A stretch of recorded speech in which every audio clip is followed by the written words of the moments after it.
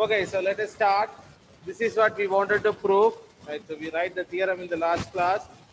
Right, so we will try to prove that the sequence of iterates generated by the iteration xk plus 1 is equal to mxk plus b will converge to the solution x of ax equal to b if rho of m is less than 1, where a is written as I minus m. Right, so this is what we wanted to prove. Right. So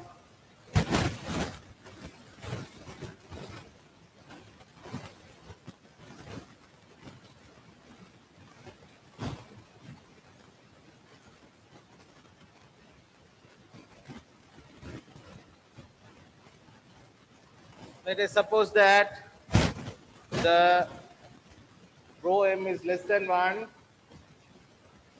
for the matrix M, where M is obtained by writing A as I minus M. Right. So then by one of the results we studied in the second chapter, right?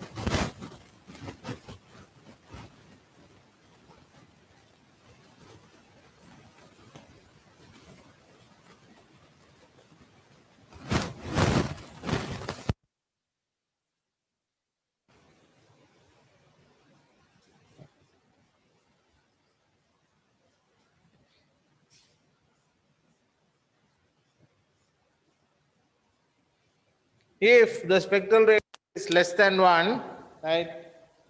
So by what we learned in the second chapter, one of the results we studied in the second chapter, it says that you can always find a matrix norm such that norm of the matrix M is less than 1. Right? So by using these results, we are going to prove the convergence. Right?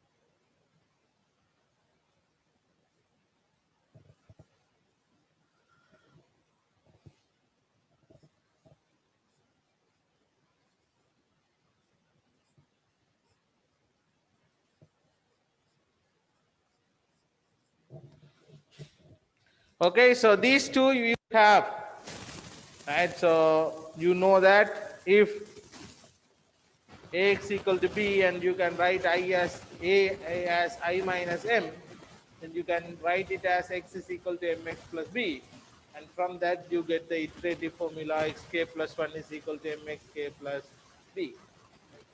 So when you subtract that,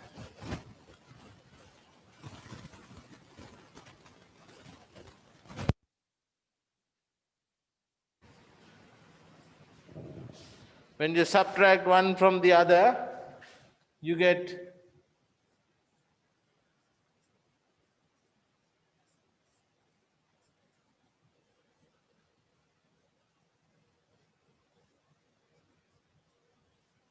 right. So this is xk plus 1 minus x is equal to m times xk minus x, and b minus b cancelled out. Right. So now if you put the norm, you get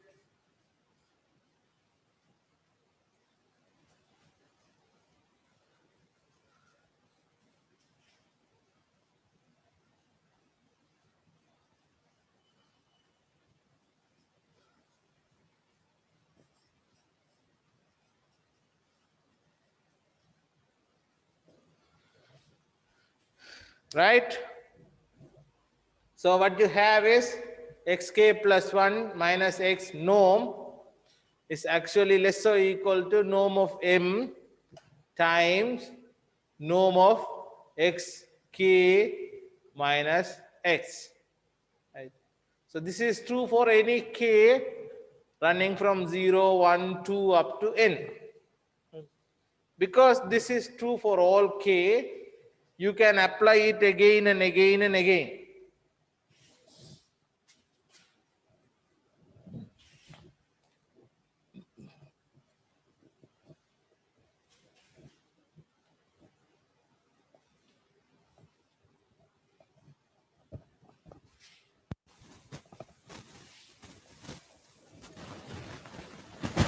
So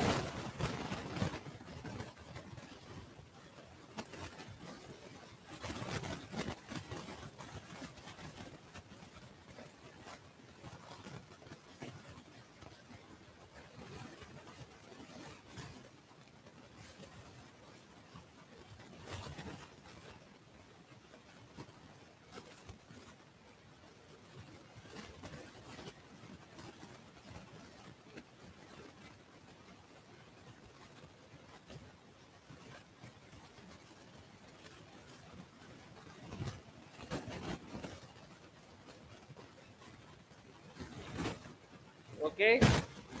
So if, because this is true for all k, xk minus x is lesser or equal to m times xk minus 1 minus x. But then xk minus 1 minus x is lesser or equal to m times xk minus 2 minus x. Right? So you can continue again and again and again. That means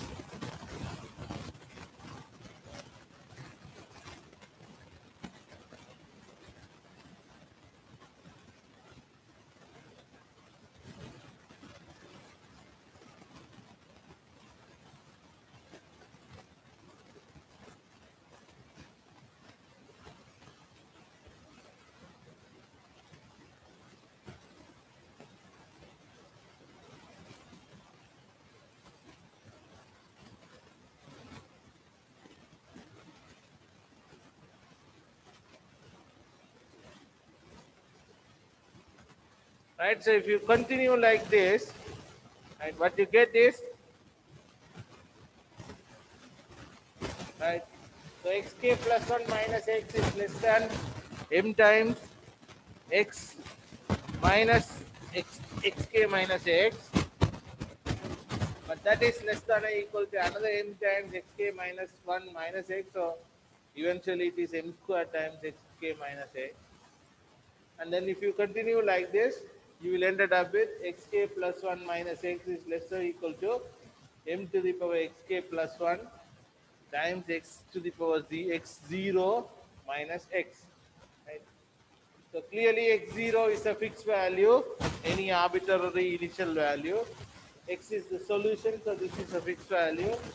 So this whole thing is a fixed value.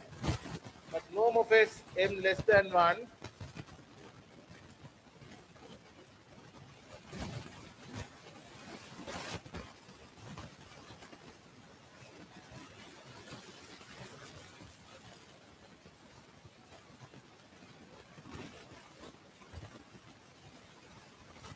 because norm of m is less than 1, m to the power k plus 1 power will converge to 0 as k goes to infinity. Right? So that is obvious for you. If you have something less than 1 positive number and raise it to the power n, and when n goes to infinity, that term will go to 0. So m to the power k plus 1 will go to 0. Now this is fixed, but this will go to 0, so the whole thing will go to 0. Therefore, the smaller part will go to 0.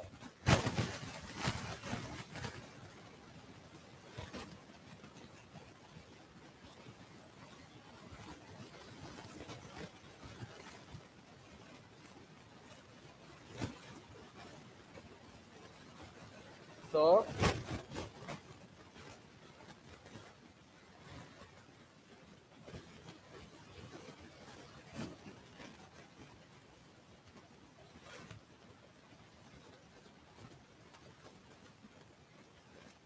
right, so if xk plus 1 goes to 0, then clearly you know xk goes to 0 as xk goes to x as k goes to infinity.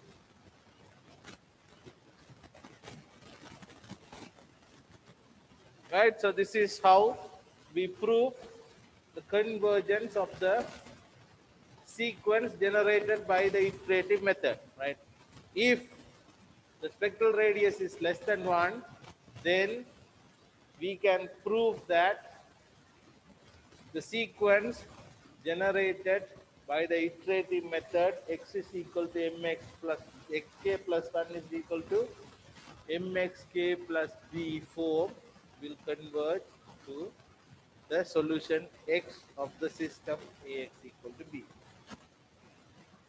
And the converse of this theorem is also true. Right? So if the sequence converges, then we can prove that the spectral radius of the iterative matrix is less than 1. Right? So we will prove that as a separate part.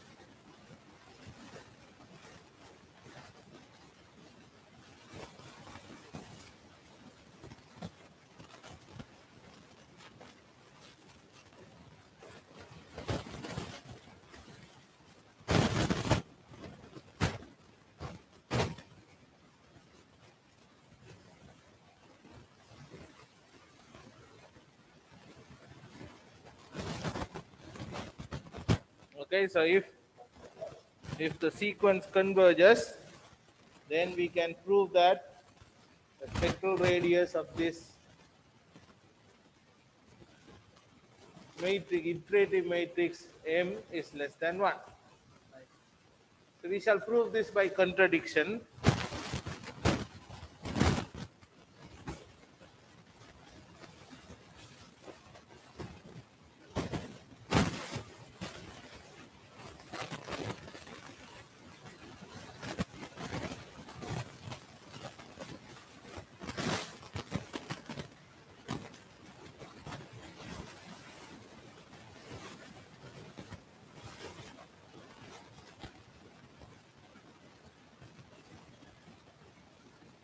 So let us, for the sake of contradiction, assume that the eigenvalue lambda, arbitrary eigenvalue lambda of the matrix M is satisfies absolute value of lambda is greater or equal to 1. Right? Because if you want to prove rho of M is less than 1, you have to prove that all the eigenvalues, absolute value of eigenvalues is strictly less than 1. So to get a contradiction, let us assume that there is one eigenvalue which whose absolute value is greater than 1. Right?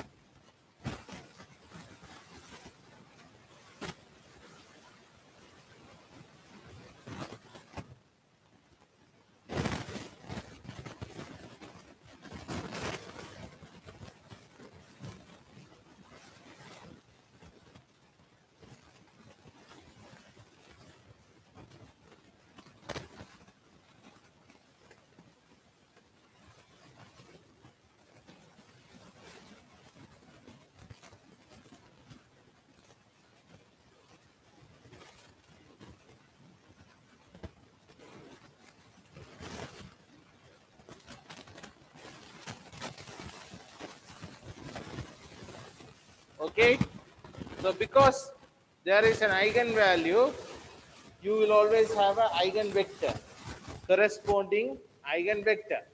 Right? So let us choose x naught, because the convergence is for any given, any arbitrary initial value. So you are free to choose the initial value. So you choose the initial value such that, right, x naught minus x being the eigenvector corresponding to the eigenvalue lambda of m. So that is,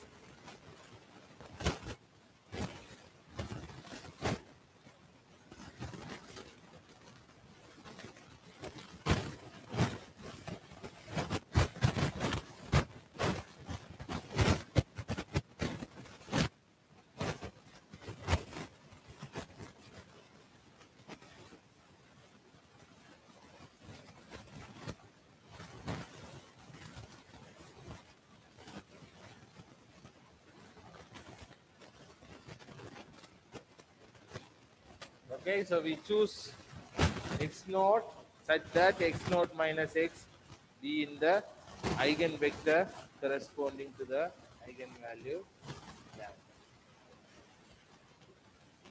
But you know this, right? So you already have this. Xk plus 1 minus x is equal to m times xk minus x, right? So this is true for all k equal to 0, 1, and all the way down. So therefore,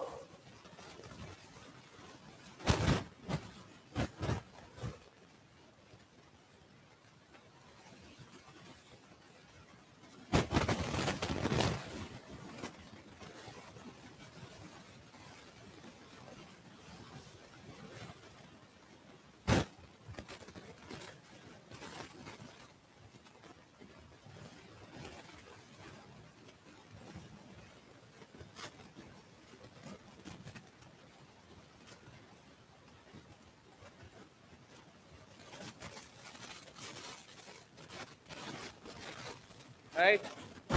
So because of this relationship, and you can apply it for all k's again and again and again.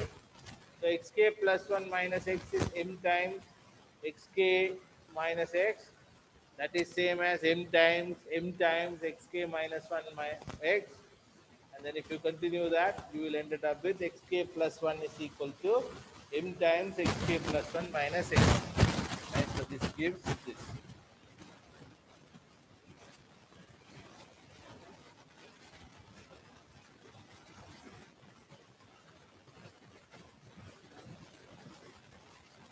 But you already know m times x naught minus x is same as lambda times x naught minus x. So you can simplify that.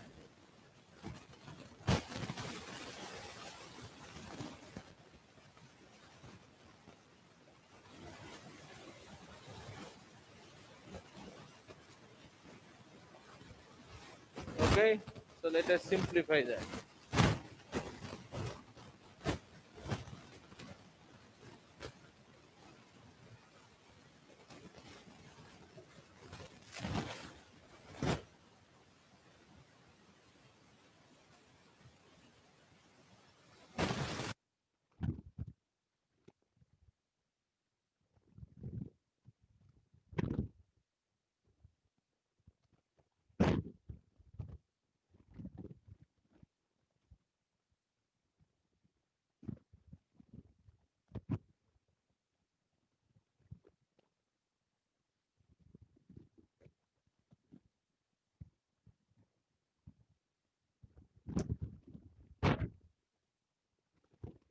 Right?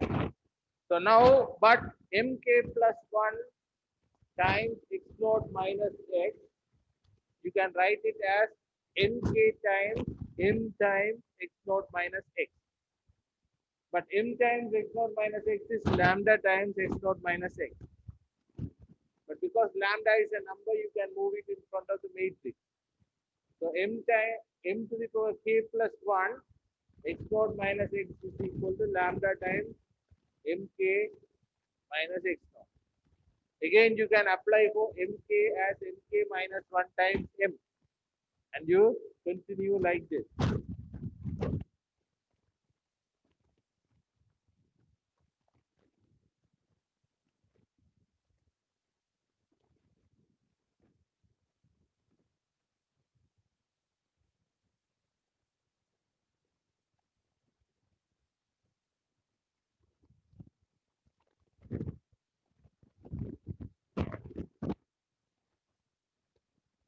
right? So if you continue like this,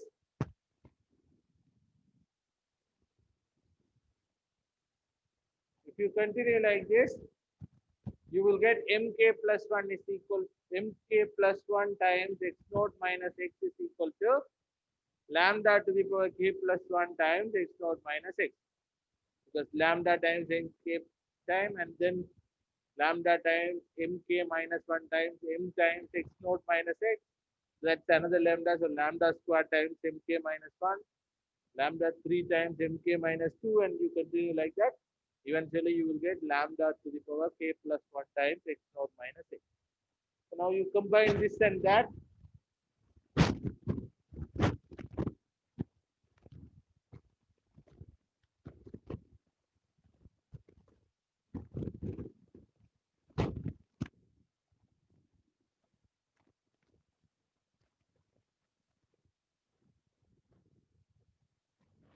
Okay, so that is this. So xk plus 1 minus x is equal to lambda to the power k plus 1 times x naught minus x. So if you take the norm,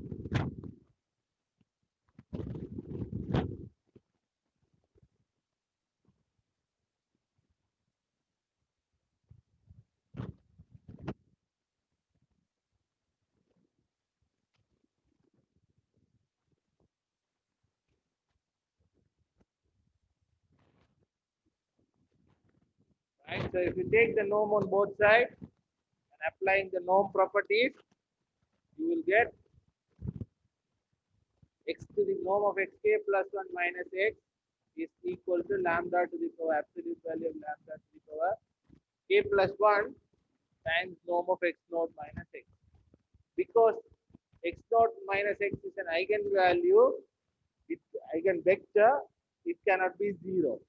The norm of that should not be 0. And lambda, you already know, you assume that it is greater or equal to 1. So 1 to the power, that is always strictly positive. So this term is strictly positive for all k, because lambda is strictly greater than 1. So lambda to the power k plus 1 is greater or equal to 1. X naught minus x is not 0. So norm of x naught minus x is strictly positive. So the whole thing is positive. But what is given is this sequence is converging. So it should go to 0 as k goes to infinity. But here you say it cannot be goes to 0. It will always be strictly positive. So both of them cannot happen at the same time. This is a contradiction.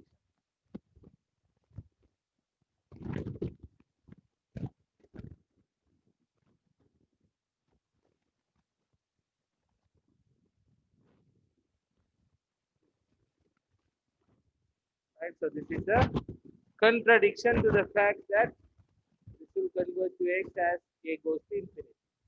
So our assumption is wrong, right?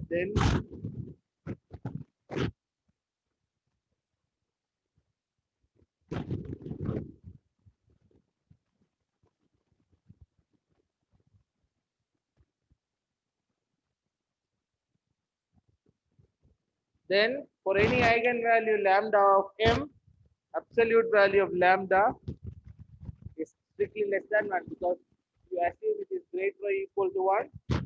So you get a contradiction. So that means this will be less than 1. So if all the eigenvalues are less than 1, then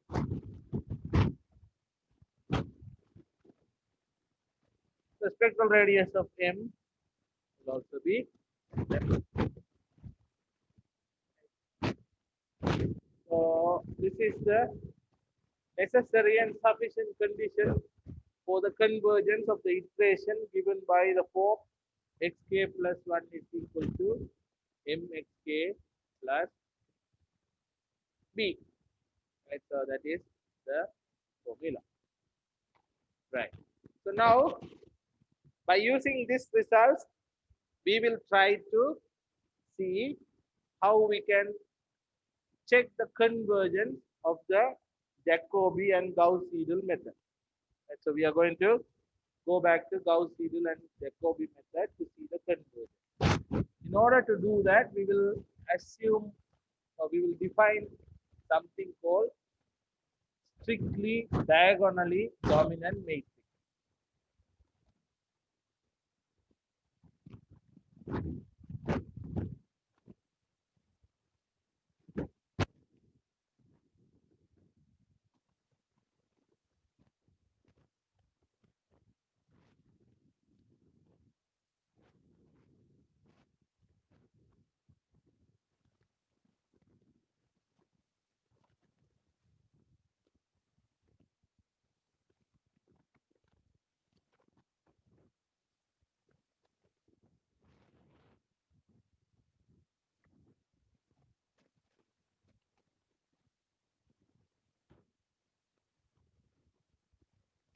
Okay, so this concept is called strictly diagonally dominant matrix. Right?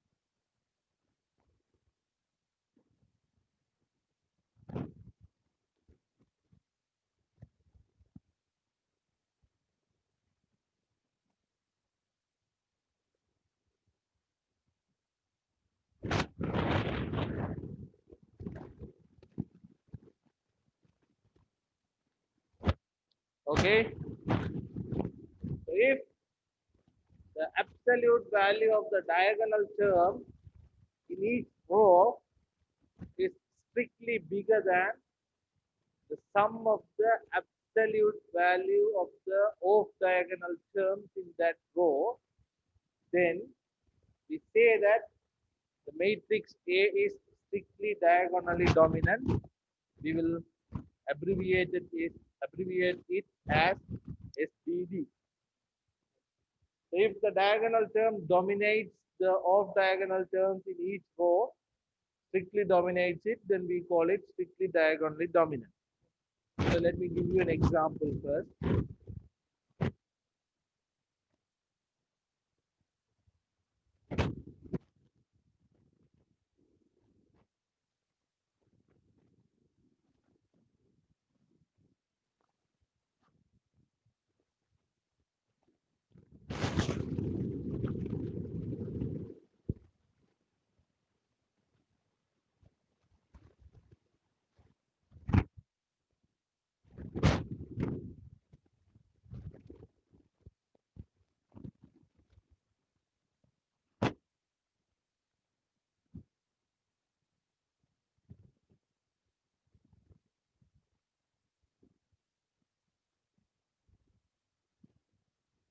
Right, so this matrix is strictly diagonally dominant.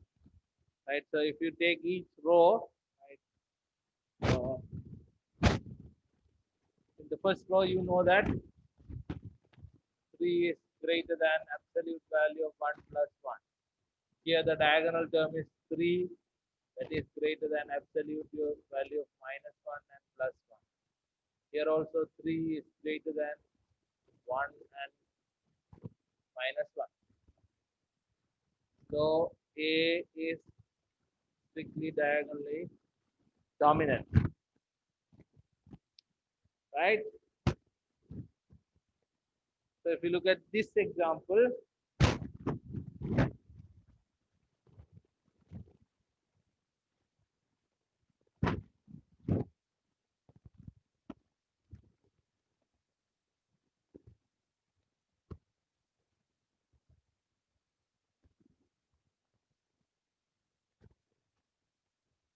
right? So this matrix, if you look at this, the first row, the problem, right? Because in the first row, you know that 2,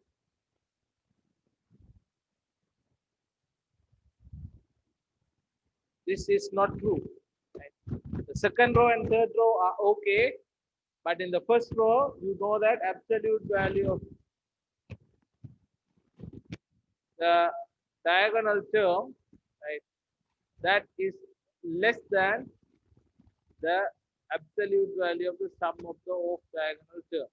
So this is because of this, right? Is not strictly diagonally. Okay. So this is how you look at a strictly diagonally dominant matrix. Right? So you look for all the diagonal terms in each row, and you have to make sure that absolute value of those diagonal terms are strictly bigger than the sum of the absolute value of the off diagonal terms in those respective rows. Right? Even if at one row it fails, then it's actually diagonally dominant. Right? So that is how we define strictly diagonally dominant matrix. Now what we are going to do is we are going to see how we are going to use this strictly diagonally dominant matrix into the to elaborate or to justify the convergence of our method, right? So first we will see it for Jacobi.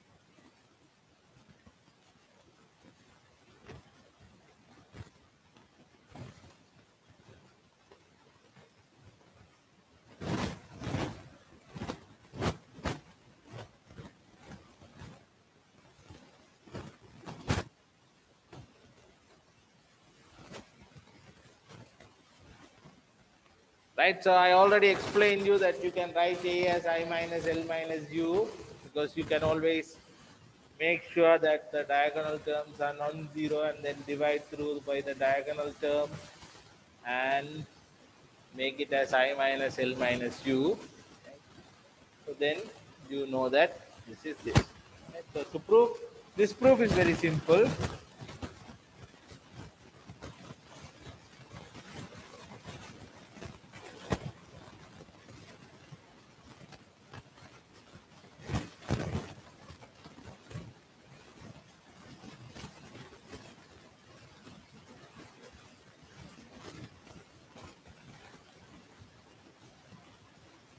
Right? So you know that Jacobi iteration is this, right? X is equal to xk plus 1 is equal to L plus U times xk plus b. Right? So that is the Jacobi iteration. So all you need to do is to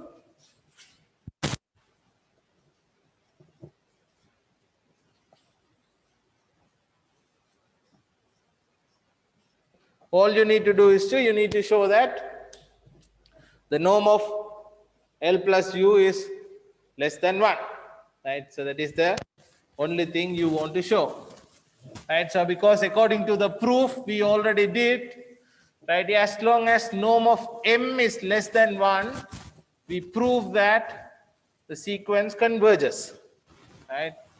So even though in the theorem we say that spectral radius is less than 1, right, so that also you can prove, right?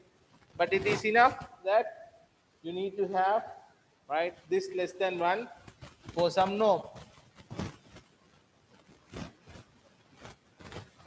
right? Okay. So you see that this, right?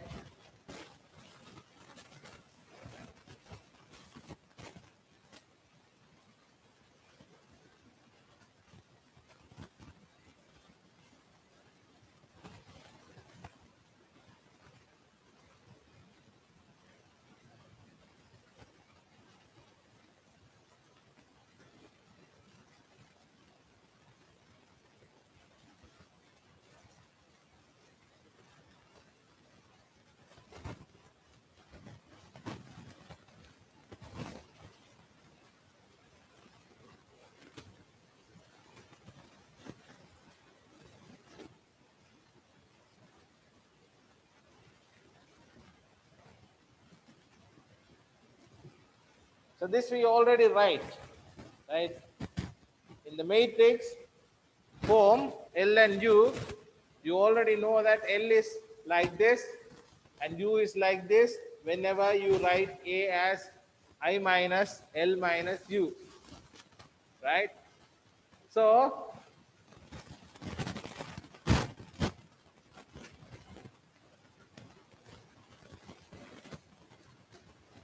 if you look at the infinity norm of L plus U, right?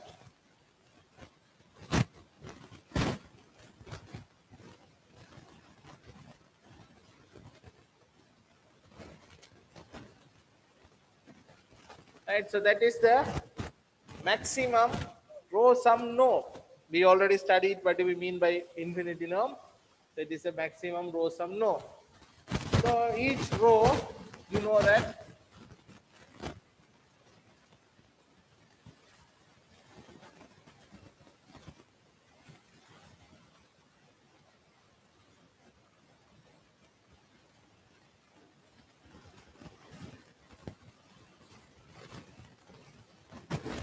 right? If you look at L plus U, you can add them. So L, if you take L plus U, all the diagonal terms are 0, but off diagonal terms are minus Aij, right? So if you sum up the rows, you have all the terms, absolute value, so minus become plus, absolute value of all the terms except the diagonal term, right? So except I is equal to j case, all the others are there in L plus U, so that is the sum of each row, and you take the maximum among them, right? But because this is strictly diagonally dominant, the diagonal term will dominate the off diagonal terms.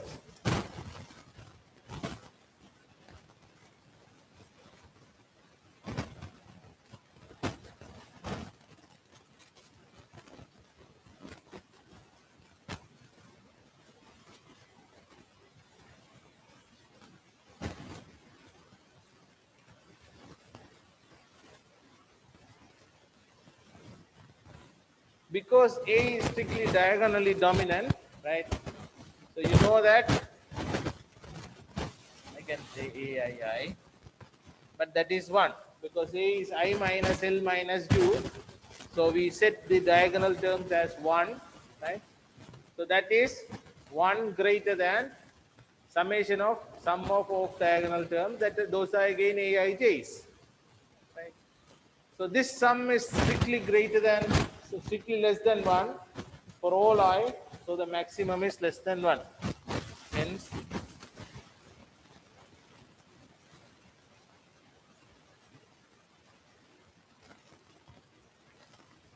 right, so hence L plus U infinity is strictly less than 1. Right? So that is how we can prove the convergence of the Jacobi method. Right? Since L plus U is less than 1, right? So if you want to continue the proof without using this, right? So you can stop the proof and say according to the previous results, we prove convergence. If you don't want to use the previous results, right? So I can show you the rest of the proof.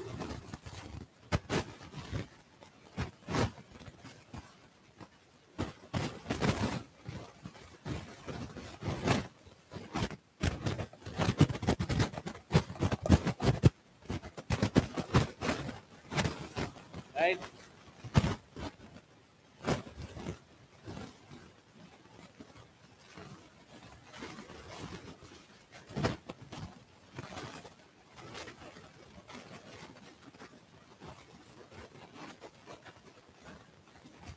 Right? So because like the way you do in the previous proof, we can do it for Jacobi iteration as well. Xk plus 1 is equal to L plus U times xk, sorry, minus x. L plus U times xk plus b. Similarly, x is equal to L plus U times xk x plus b. So when you subtract, you get this. And so you can see that xk plus 1 minus x is less or equal to, I take infinity norm this time, and so L plus U infinity norm xk minus x infinity norm, that is equal less or equal to L plus U infinity norm squared xk minus 1 minus x infinity norm. When I continue, I get L plus U infinity norm to the power k plus 1 x naught minus x infinity norm. Now because this is less than 0,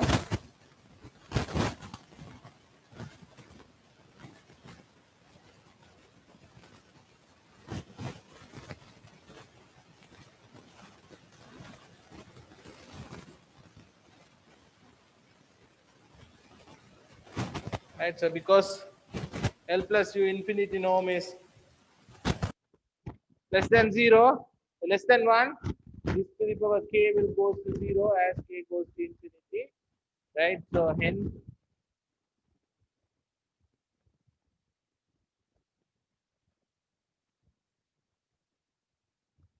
will goes to 0 as k goes to infinity. That gives xk will convert to x as k goes to infinity.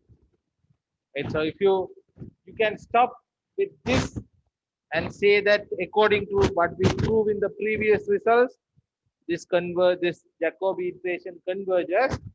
But in case if you are doing it in an exam where they do not ask the first part, then you have to complete the proof in this fashion. Right? So if you don't have the first part, that is the previous theorem, then you can continue like this, right? And prove like the similar way we did in the previous proof, so that the sequence xk converges to x as k goes to infinity. So this is how we prove the convergence of the Jacobi iteration, right? As long as the coefficient matrix A is strictly diagonally dominant, we can prove that the sequence converges. In the next class, we will show similar kind of results for Gauss-Seidel iteration, and then we will talk a little bit about element-wise notation also. This is matrix-wise notation. At the beginning, we studied Gauss-Seidel and Jacobi in an element-wise form also. So we will try to see how we can prove the convergence for those cases when the matrix is strictly diagonally dominant. So I will talk about all of that in the next class. So we will stop here and continue.